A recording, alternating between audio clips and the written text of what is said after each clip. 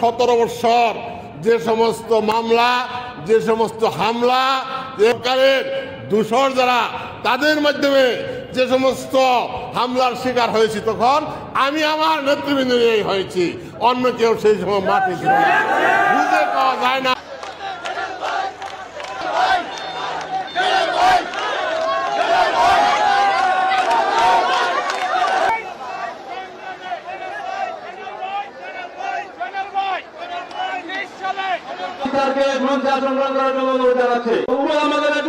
প্রিয় নেতা জাহিদ আমিন সাহেব এখানে উপস্থিত আছেন, আমাদের সাবেক সভাপতি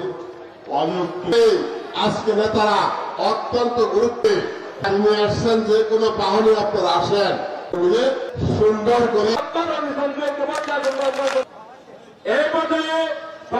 আপনাদের